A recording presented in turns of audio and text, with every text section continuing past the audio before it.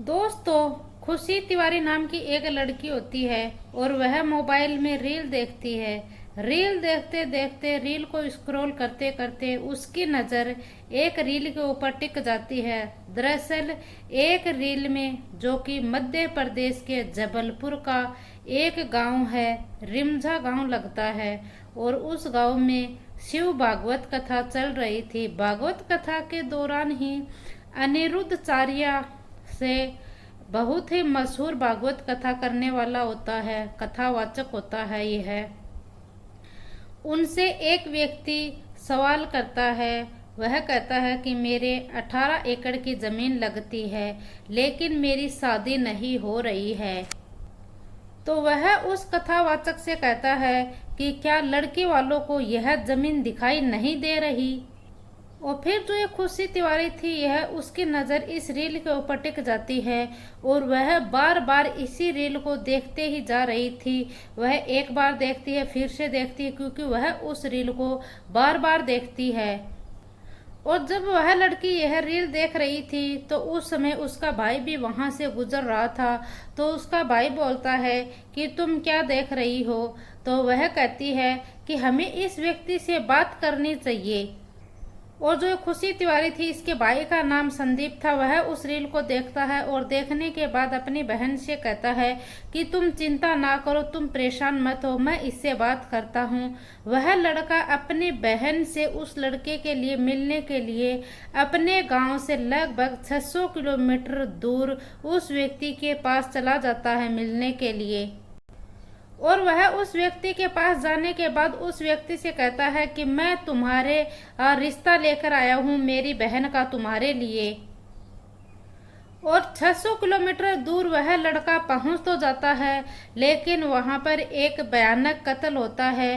कत्ल भी इतना भयानक होता है कि, और इस कत्ल की गूंज उस प्रदेश में ही नहीं बल्कि जहां लाश मिली थी उस प्रदेश में भी, और जहां जहां सोशल मीडिया के ऊपर यह रील वायरल हुई थी, वहां वहां के लोग भी जानने में जुट जाते हैं कि आखिरकार यह कत्ल क्यों हुआ और यह कत्ल किसने किया और यह कत्ल करने की पीछे की वजह क्या थी।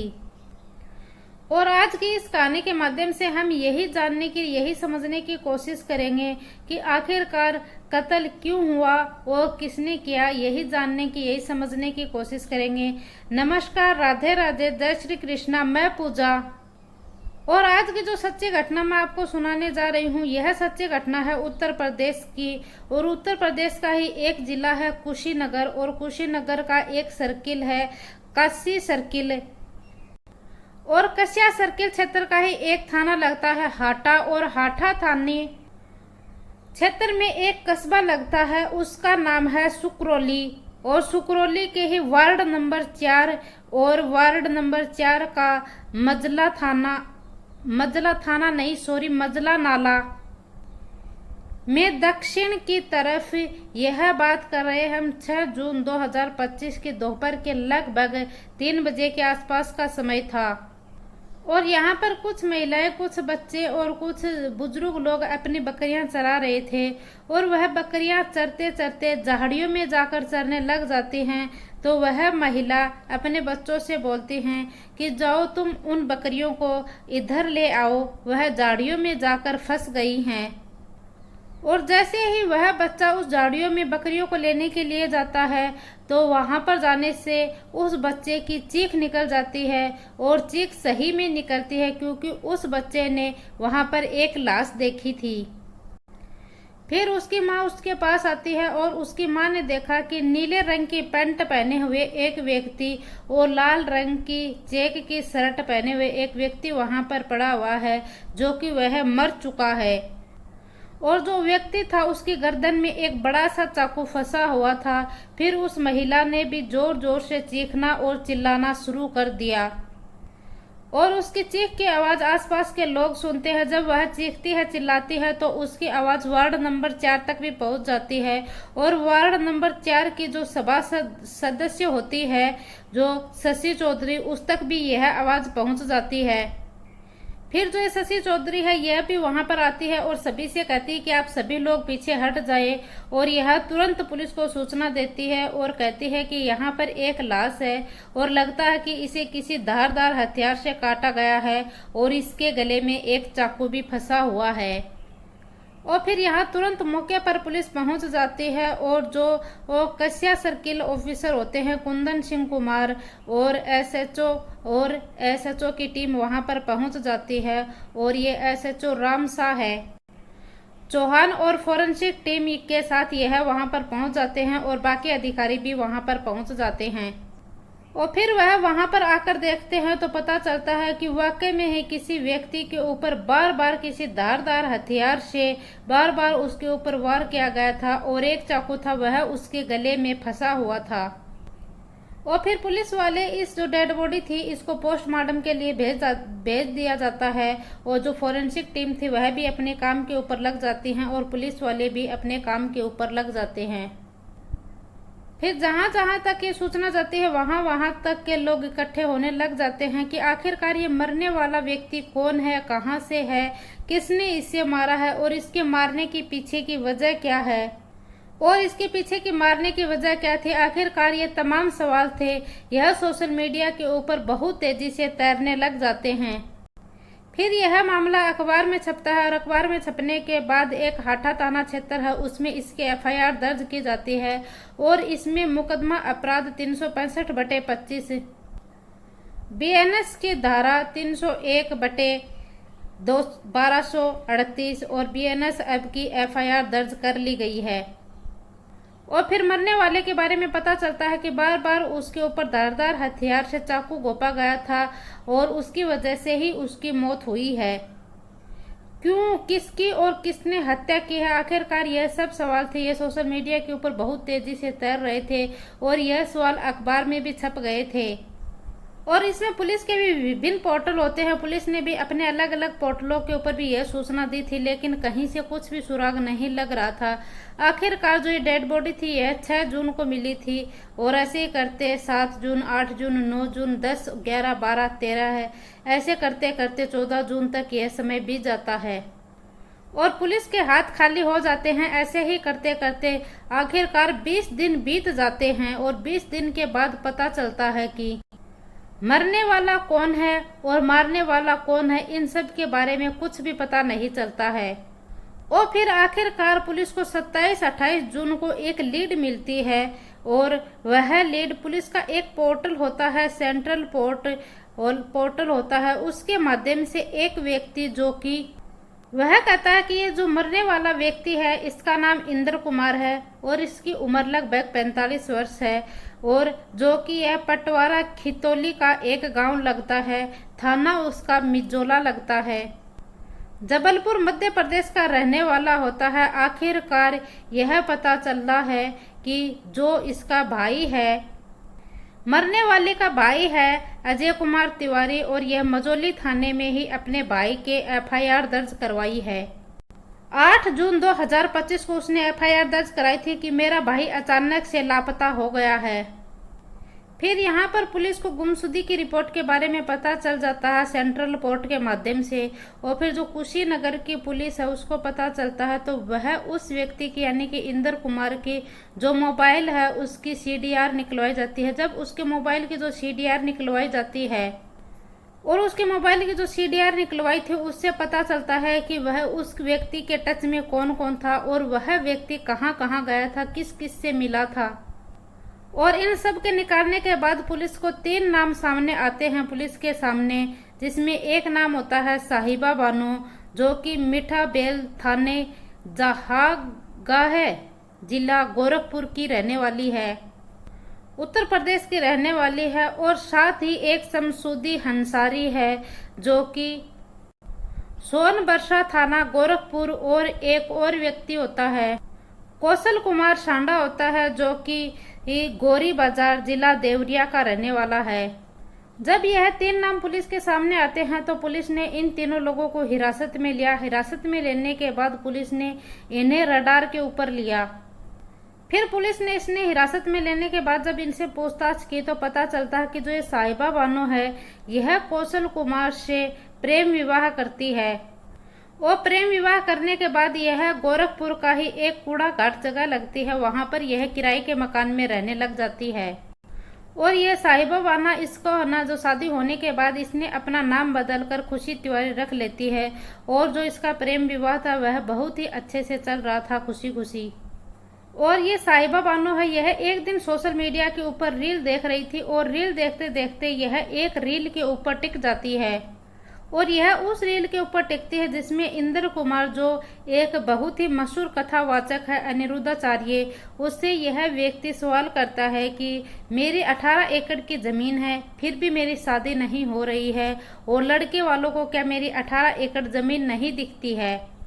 और जो ये साहिबा बानो है उर्फ खुशी तिवारी है, यह इस रील को बार बार देखती है। बार बार देखने के बाद जो इसका पति है कौशल कुमार, उसको नाम बदलकर संदीप रखती है और उसका अपना भाई बनाकर, अपना रिश्ता लेकर उस जो यह इंद्र कुमार है इसके घर पर भेजती है, 600 किलोमीटर घर से दूर लगभग। और फिर जो यह कौशल कुमार है यह इंद्र के घर पहुंच जाता है और उसे नमस्कार, वालेकुम सलाम कुछ ऐसा कर कर उससे बात करता है और उससे कहता है कि मैं अपनी बहन का रिश्ता तुम्हारे लिए लेकर आया हूँ। और इतनी बात सुनते ही इंद्र कुमार खुशी से झूमने लग जाता है। और वह एक तरफ से वह टीचर की जॉब भी करता था और उसकी ज़मीन थी वह भी ठीक ठाक थी। और यह इंद्र सिंह है, यह उसको संदीप को खुश करने के लिए इसे होटल के ऊपर लेकर जाता है, इसे वहाँ अच्छे से खिलाता है पिलाता है। फिर जो ये इंद्र कुमार है इसने अपने जो संदीप था उसे कहता है कि जो तुम्हारी बहन है वह कैसी दिखती है। तो फिर जो ये संदीप है यह साहिबा उर्फ खुशी तिवारी की यह फोटो उसको दिखाता है। और जो ये इंद्र है उसकी फोटो देखकर लट्टू हो जाता है। और फिर जो ये है इंद्र और जो इसका भाई संदीप था इसने इसे साहिबा का नंबर दे दिया था, इसने नंबरों का आदान प्रदान कर लिया था। फिर यह दोनों फोन पर आपस में संपर्क में आ जाते हैं। और अभी ये बात का सिलसिला 27 मई 2025 को ही शुरू हुआ था। फिर 27, 28, 29, 30, 31 ऐसे कर कर दिन निकले जा रहे थे। और फिर जो यह साहिबा उर्फ खुशी थी यह इंद्र से कहती है अगर तुम्हें मुझसे शादी करनी है तो तुम्हें गोरखपुर आना पड़ेगा।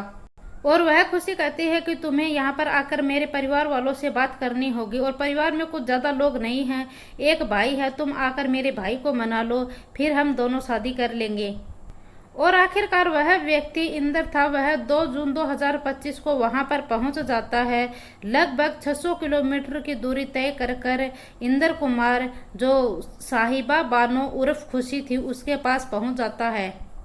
फिर जब ये इंद्र कुमार उसे शादी करने के लिए जाता है तो अपने भाई अजय तिवारी से यह बताकर जाता है कि मुझे एक लड़की मिल गई है, मैं उससे शादी करने जा रहा हूँ। ये लड़की ऐसी दिखती है और जगह की उसे क्लियर नहीं कि वह लड़की कहाँ की है, यह तो मैं आने के बाद ही आप सबको बताऊंगा।